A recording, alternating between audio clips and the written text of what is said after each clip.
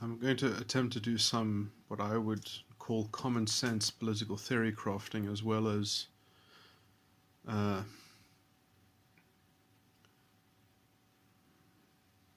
intersecting that with perhaps some psychological insight and general social commentary, um, or cultural commentary in general, or societal consciousness, or the ethos of a polity. Um,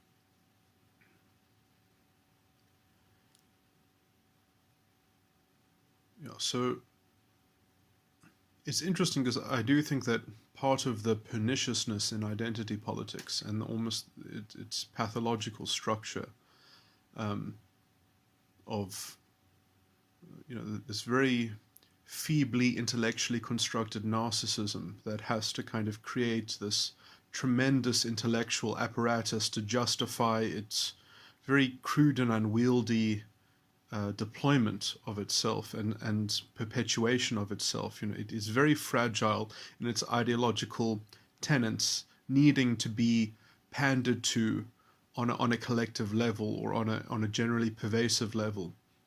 It positivism is at the core of its operation, of its operational uh, prerequisite. It has to have this dicta which is followed, which is in force, which is at least the template for what should be in power. And so it often wields a kind of, it has an iron grip over the public square. It completely takes over the culture, and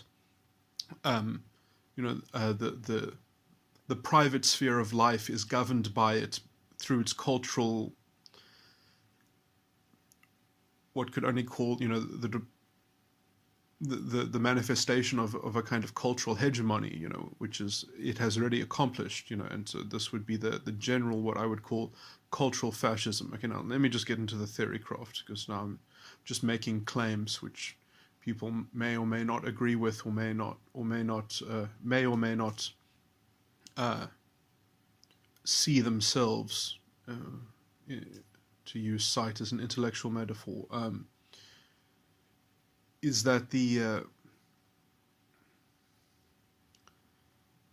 convoluted argument is how they make ground is through a kind of putting the conservative position, or the conservative philosophical ethos is the kind of whipping boy, is the way that it propagates itself. It is both the target of infection, and it is that is what is being corrupted in a sense, in order to create the narcissistic supply. I'm going to use that word. I'm going to import perhaps a lot of things from the work of Sam Wagner, although I don't disagree with him. I think that there are some things that I might even extend, but and I might talk about things differently. But his general model would probably support, or at least have a way of describing a lot of the things that I will say in the psychological realm. Although I feel like I have my own models and such in that aspect. But just let me just stick to politics for now. So the theory crafting that I wanted to talk about was just the concept, the philosophical concept of conservatism. And so people calling themselves conservative, or at least the palatable ones, or the ones which, because I guess there are these phrases like ultra conservative, whatever the hell that means. But I would call anything that is trying to conserve identity, anything that is which is attempted to be conserved, that is not a universal property or principle or value that can be shared, I would call, a kind of rotten form of conservatism. And it's somewhat ironic that I think you'll find that identity politics falls into that category, into that falling foul, in that it is obsessed with conserving identity. And the only way that you can make that a universal value is by having a kind of separate but equal element in your philosophical toolkit, and so you've got this constant idiocy and lunacy and kind of delusional rationality that just can't make these tenets work with reality, because they demand certain things, they demand certain outcomes, while preserving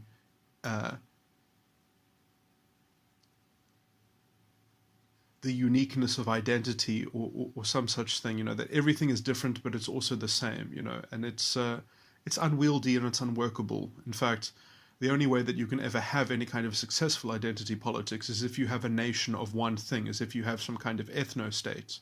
And, generally that is always that is indirectly the excuse for every failure of identity politics, is that, oh, well, obviously things aren't going well is because we haven't generated the ethno-state yet, or something like that, or we haven't generated a sufficient consciousness that does the same job that the ethno-state would. We don't have this unitary membership, which, somehow has to be forged out of this separate but equalness, which is, somewhat absurd, and will only ever even be capable of being achieved if everyone has imprinted on their skulls a kind of identity number according to their group, and so that they can be treated in some kind of balancing between the groups, that they can be always representative of their group. So it's completely dehumanizing, because you have to treat people as tokens according to this ideology in order to make any progress.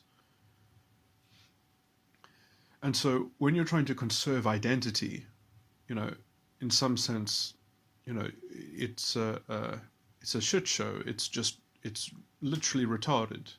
It is the most retarding. It's regressive. It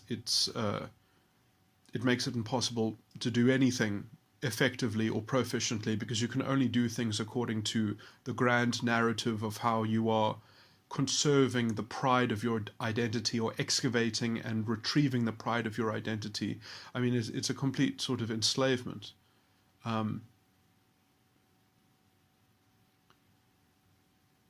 And, obviously it can sort of feel good on some level in that, but that feeling of goodness really is a kind of unsustainable narcissism, which has to be paid for at some point. And generally, identity politics, the solution is easy. It's paid for by some external group, by the enemy, by the perpetrator. And so it's sort of locked into this zero-sum morality, in which any deficiency can be easily defined as oppression, and you have no accountability at any one point except for not being radical enough or violent enough in promulgating the resolution according to this ideological salvation through identity.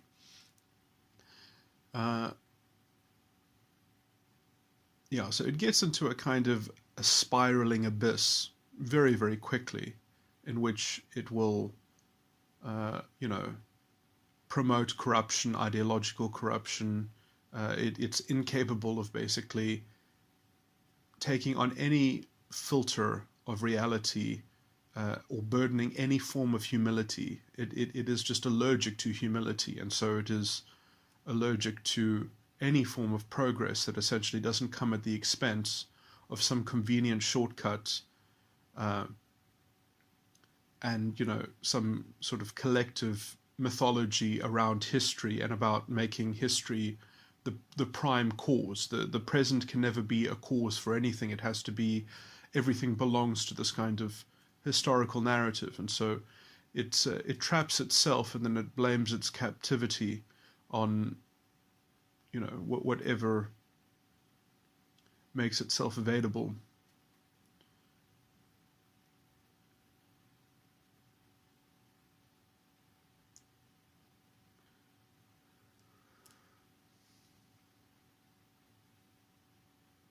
for generally the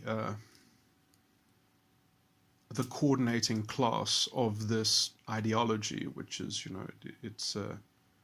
it's problematic because the reason why it can take over is because it sells itself as a mob rule, and it's very easy to imagine that that mob rule is authentic or has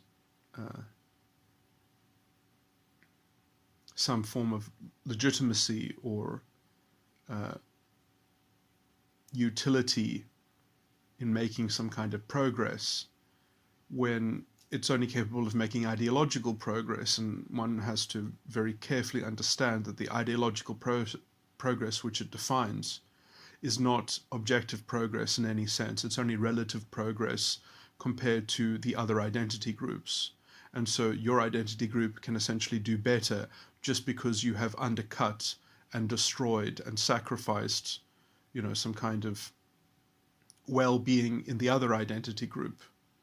And so you get this sort of fake or counterfeit journey or pathway or ladder. And, obviously any kind of, this is why it's used, is because the elite that will make a home in this ideology, or from this ideology, the plutocracy that ensues, is immune.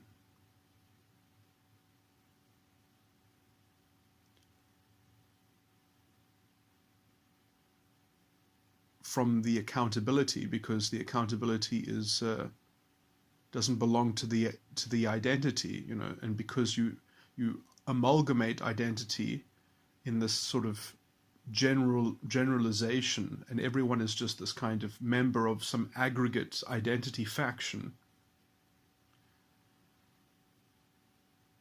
you blind yourself essentially to your in-group corruption and demagoguery. And I mean, it's the essence of fascist thinking, as it were. And so, you have to choose what you conserve very carefully. If you are conserving identity, then you become a slave to identity. That is why what you conserve should be universal values and principles, because you have to make it worthy of enslaving yourself to the thing that you are serving. It should at least be worthy of that. And if you're going to make a religion out of your racial identity, I mean, of course things are going to go badly. Of course, you don't deserve to have a functioning state when that is your ideological position. You don't deserve to be a member of a community that has self-esteem or confidence, when essentially you are measuring yourself against the world according to some kind of zero-sum power game, in which the only thing that matters is your collective pride and restoring your collective pride by essentially I mean, all those things could work in an indirect way, in that if you weren't trying to ostensibly do that as your first priority, like that form of rehabilitation in a non-racialist paradigm there's nothing wrong with it. But it's ancillary. It's not the main focus. It's not the main drive. It's not the main concern. And you get these disgusting paradoxes all over the place, where you get these so-called intellectuals who perhaps even complain profusely about the white man's burden, and yet their intellectual system, that is all it functions as obsessing with, is could the white man's burden have been put down by now? Could it have been relegated? Could it have been surrendered? Well, it's not being surrendered by Professor Mbembe. These are the so-called intellectual superstars and the people on the radio, like Eusebius McKaiser, enough of my recordings rant on, but what also, of course, is disgusting is the betrayal of the constitutional values, not just, in the kind of continual way that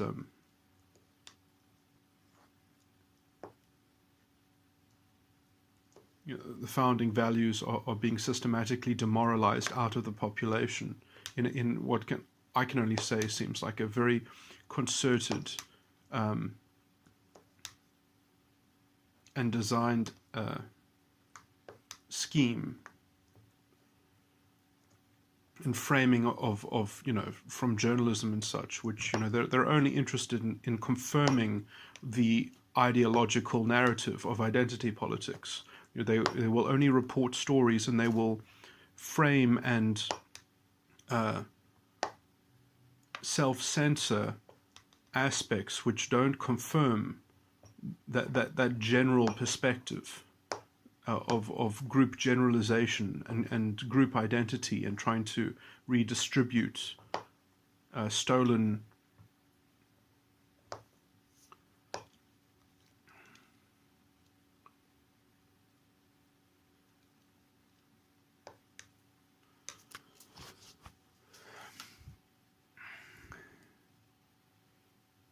what is at least framed ideologically as stolen pride, a pride that needs to be conserved.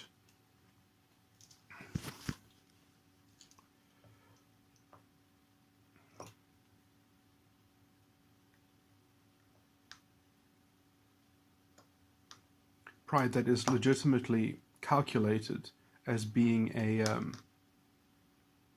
the source of which is denigration. Is that we will only restore pride to the degree to which we can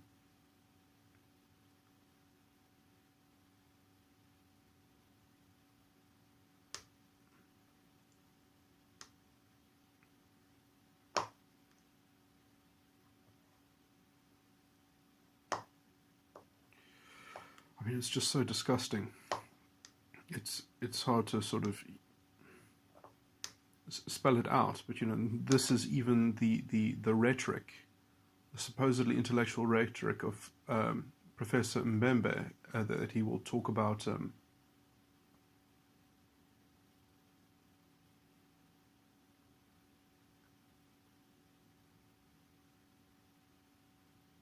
the liability of being black will essentially only ever be cured when there is an equal or greater liability of being white.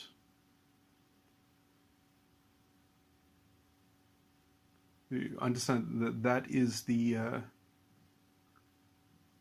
that is the convenient solution to framing the problem as the liability to be black.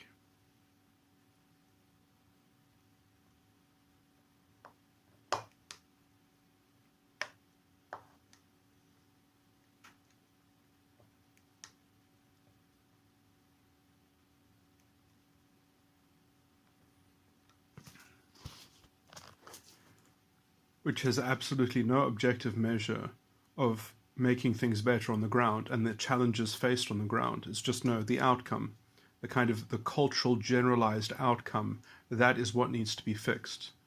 And when you focus on the outcome and not the process, what do you get? You get essentially we're trying to perpetrate a reverse racism so that the statistics are more equal. Never mind the absolute increases that we are missing out on by not just intelligently promoting development and transformation. Instead, we have now defined transformation as revenge. And we have this rhetoric coming out of the mouth of the president. We have this definition of social justice, this corrupt definition of social justice, which makes a mockery of the Constitution. This is now the what passes as it's disgusting. The people that are on the radio that should be in jail. But I guess what do you expect when you have the representatives of societal morality, or at least, you know,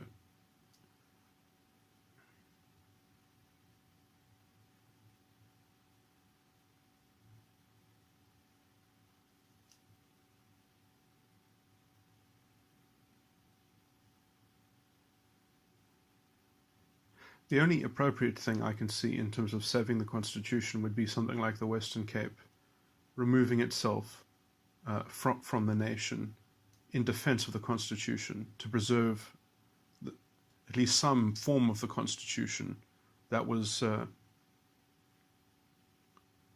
at least the New South Africa as a concept can at least have a successful expression to at least contrast against the utter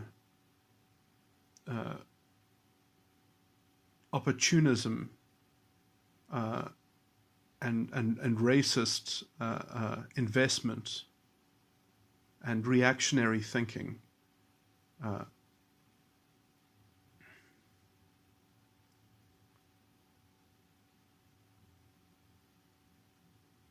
Narcissistic societies like this have generally always had to declare war on the world, because that's what their ideology does. It just declares war constantly, and that is its badge of self-righteousness. Even that is how deluded the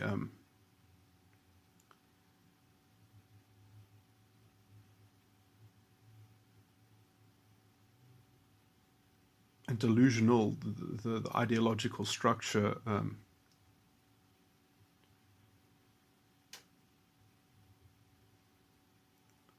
frames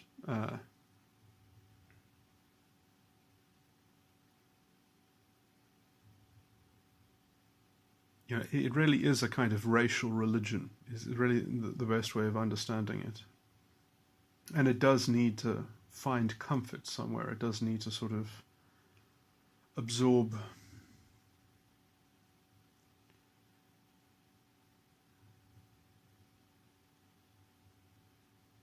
some kind of you know, that it's all being done for some kind of greater purpose, or it's all, you know, like, no, the dicta that we are fulfilling is so grand and perfect, you know, that we're going to have all these diverse identities that are separate but equal. You know, it is, this is you know, it's just the hypothetical beauty of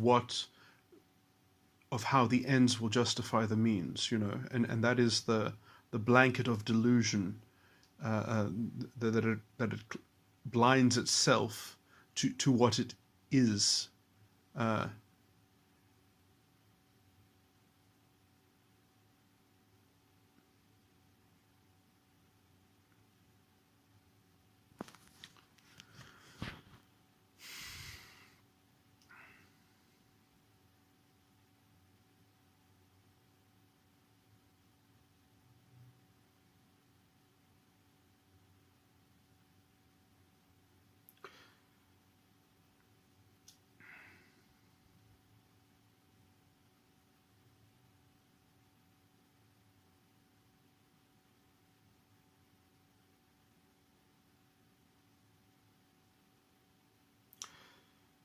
And I see a lot of people on the fence that are kind of, they have not fully committed themselves to their identity. They have not fully, I mean, they worship that God, but they don't, they haven't consciously, completely signed, sealed, and delivered their souls.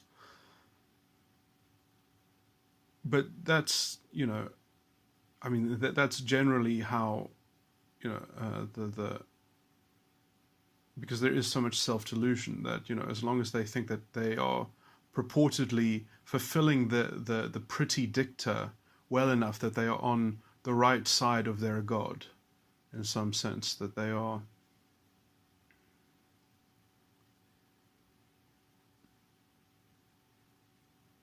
because their dream is for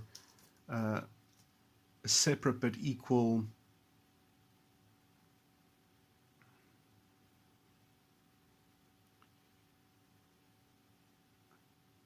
defense of the weak, and the weak, how you identify the weak comes to them via their historical ideation, their complete enslavement to whatever collective group historical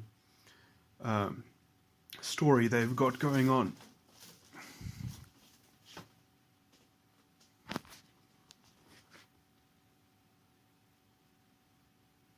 And whatever details and inaccuracies are needed to kind of keep that simplistic reduction of everything into those terms, echoes of history, that force you to overlook and to essentially do completely stupid things that only serve their ideological corruption, only serve essentially to overlook the privilege of your in-group and the elites in your in-group and the profiting of your elites in your in-group, essentially, in a system that is incapable, essentially, of effectively transforming in any kind of sustainable way, because it has essentially already given up on the practical side of reality, and it just cares about the moral claim. It just cares about making some kind of insane, deluded, collective mind control system that everyone must be bullied into joining and thinking the same of, as that is part of the catharsis and that is part of the appeal of the narcissistic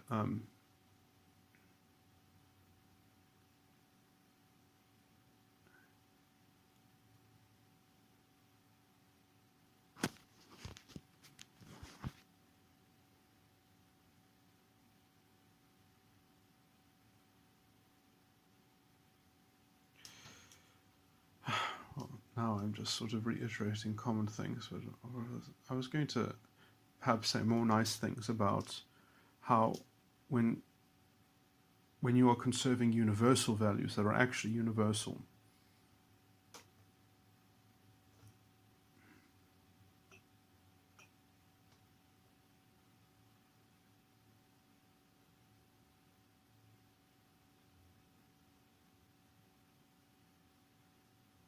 it's amazing how much of the grammar gets conflated and relegated as irrelevant when it is, when pertinent factors are completely disregarded just to suit the narrative that the ideology needs to sustain itself, that it needs to keep that fire burning, and the fuel of truth that it needs to burn up.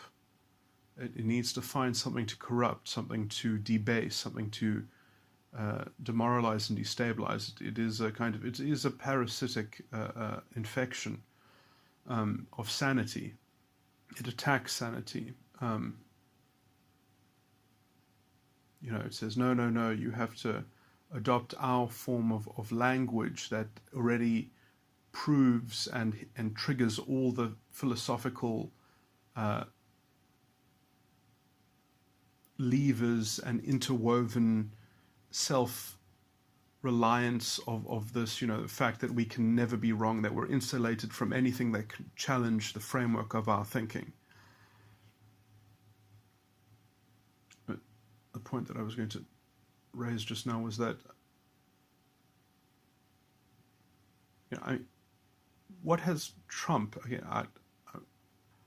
I'm not defending everything about Trump, but if you just look at him on a policy standpoint, there's nothing, apart from, let's say, I would say that some of the trade war maybe is a problem, but just on a moral level, there is nothing that Trump has done that has been immoral.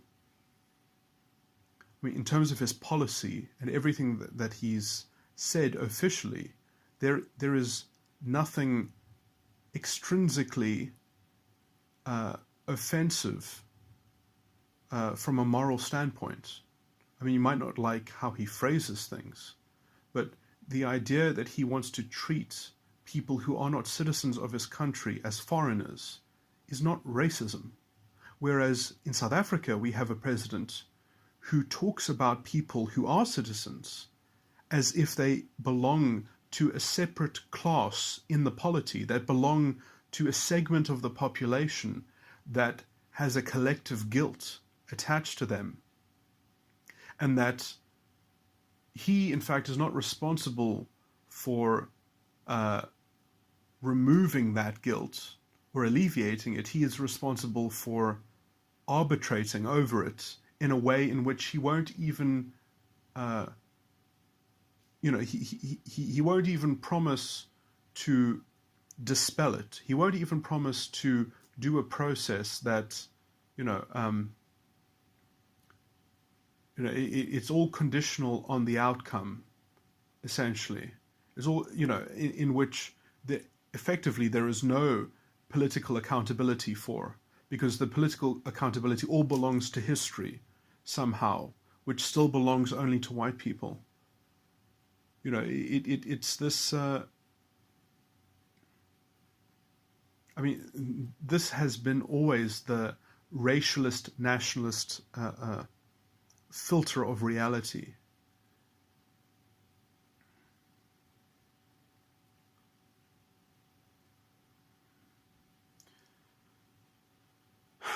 I didn't traverse all those topics in the neatest way possible, but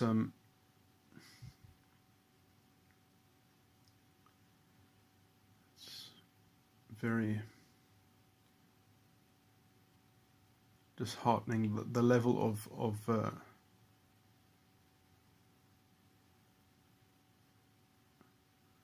and again, there's no political courage to challenge the mob sentiment of its investment in this narcissism.